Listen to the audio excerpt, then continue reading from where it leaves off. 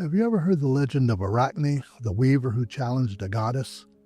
His story is often portrayed as a cautionary tale about pride and hubris. On the surface, that's clearly what it means.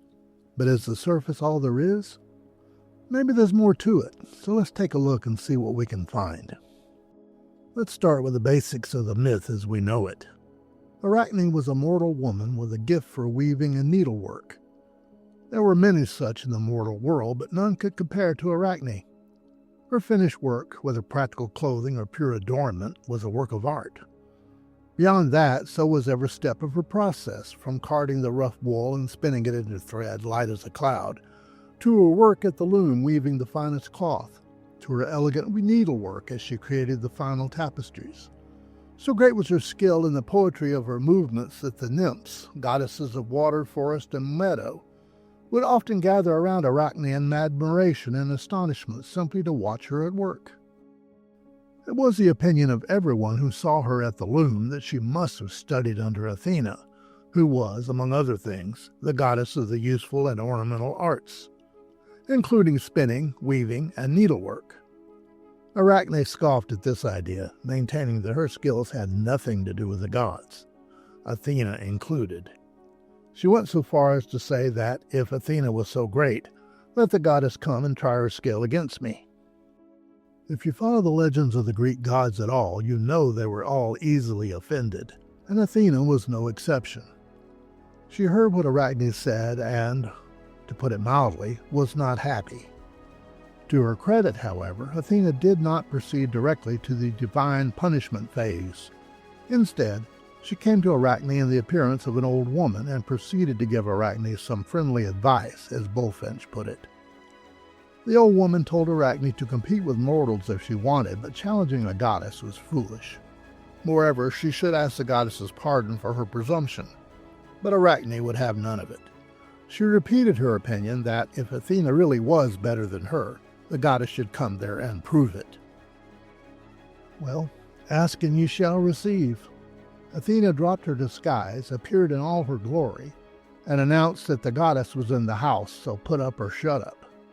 The nymphs, who until then had been content to watch Arachne work, saw what was going on and all decided to be elsewhere. Arachne was naturally a bit startled, but she did not back down.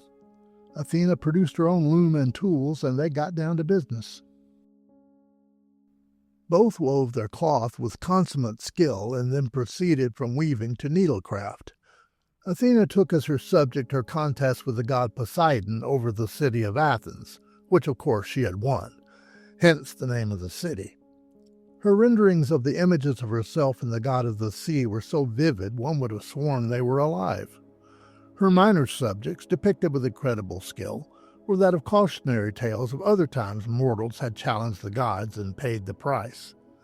That could certainly be interpreted as the goddess's last-ditch effort to warn Arachne off the dangerous path she was on. If that was Athena's intent, it didn't work. Not only did Arachne ignore all the hints, she doubled down. Her own subjects in her tapestry were the foibles and bad behavior of the gods themselves, and Zeus was apparently Arachne's favorite subject. One panel showed Leda caressing the swan that was Zeus in disguise. Another was when he appeared to Danae in her prison tower as a shower of gold. Further on, it was Zeus disguised as a bull making off with Europa. As with Athena's tapestry, anyone looking at the scene would have sworn the images were alive. Arachne captured the fear in Europa's eyes, the shock in Danae's.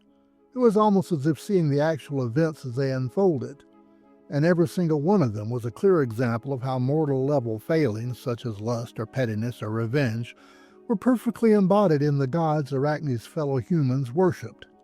It was not tactful in the least, but then it wasn't inaccurate either. So, who won the contest? That's where the simple cautionary story of pride and hubris this legend is supposed to embody takes a nosedive. Who won? The inference we're intended to draw from the result is that, of course, Athena won, and what happened next was no more or less than what Arachne deserved. Or, as Edmund Spenser explained it in his Mui Optimus, it was Arachne's own judgment that Athena won, and her own shame and vexation that caused her metamorphosis. and no action of the goddess at all. With all due respect to Spencer, that's not what the legend says. So once again, we have to ask the obvious question, who won? And we can ask all we want, but the truth is we don't know.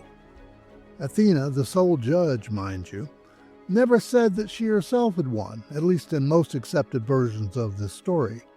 What happened was that Athena was so enraged by Arachne's illustration of the simple and obvious failings of the gods that she destroyed Arachne's work and shattered Arachne's loom. She then touched Arachne's forehead and forced her to feel shame and the guilt of her impiety for daring to tell the simple and obvious truth in her art. Let that sink in for a bit. Unable to escape the feelings Athena had put into her, Arachne hanged herself. But even then, Athena wasn't done with her. The goddess cursed her to live again, but that she would always live hanging by her own threads. She anointed Arachne with aconite, causing her hair to fall out. Then she shrunk her head and body and transformed her fingers into legs, apparently losing the thumbs in the process. When Athena was done, Arachne was now a spider, and so the goddess's curse was fulfilled. It's not a coincidence that the arthropods with 8 legs to this day are classified as arachnids, after the legendary weaver, Arachne. Arachne's true crime, if you want to call it that, was impiety, and that was the real reason why she bore the brunt of Athena's wrath, not because she lost the contest. Did she deserve what happened to her? Maybe, maybe not.